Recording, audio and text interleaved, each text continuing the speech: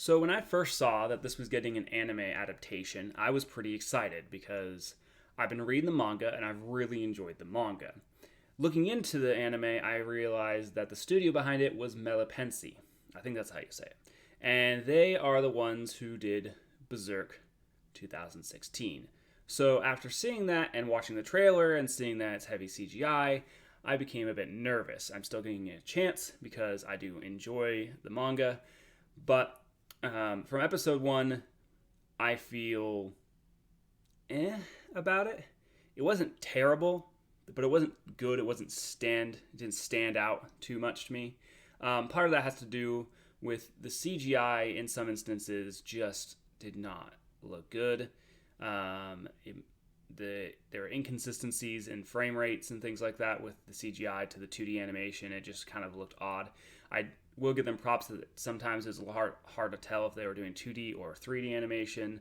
So there is some moments that the CGI was utilized really well. But after seeing the portion that was pretty much all 2D with the classmates, it kind of frustrates me because that was very nice animation. It was smooth, it was clean, crisp. And I'm just annoyed that they can't do that throughout the entire anime. Now, aside from that, the story, it's only episode 1, so there's not a whole lot to base off of. I do read the manga, but I'm not going to do any spoilers or anything for manga, from the manga at all. They did do some things that I kind of wish that they were a little bit more upfront with. Whereas in the manga, they're pretty upfront about it, but in the anime, they weren't.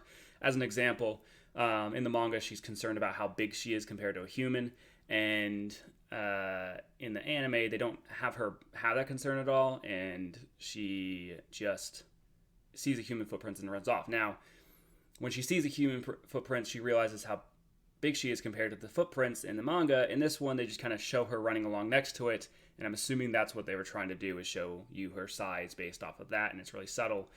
But because the ending portion it didn't really have anything to do with what was going on too much, and it felt awkward and almost like a time skip. It's a little confusing on exactly what happened because she just gotten born, like she's literally just a few days old, if that.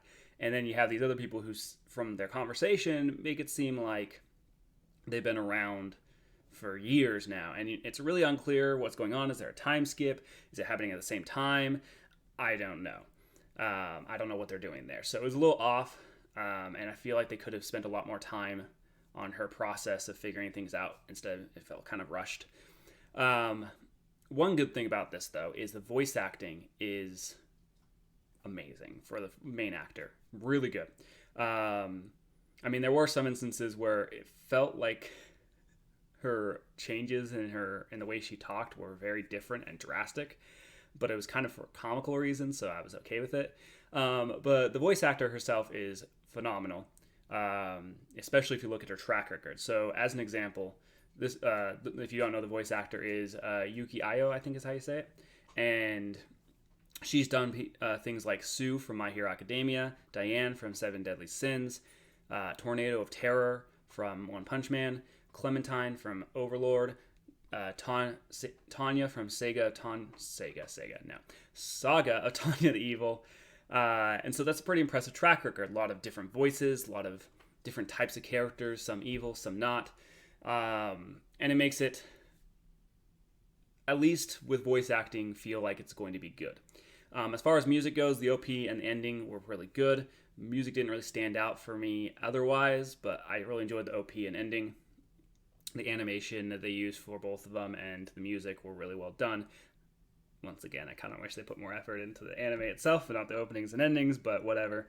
And like I said, it's only episode 1, so there's not a whole lot to talk about.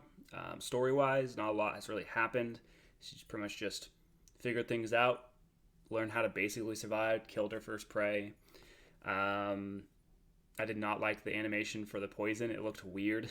I don't know. It just looked... it just looked way too... I don't know how to describe it. It just looked off. Wrong.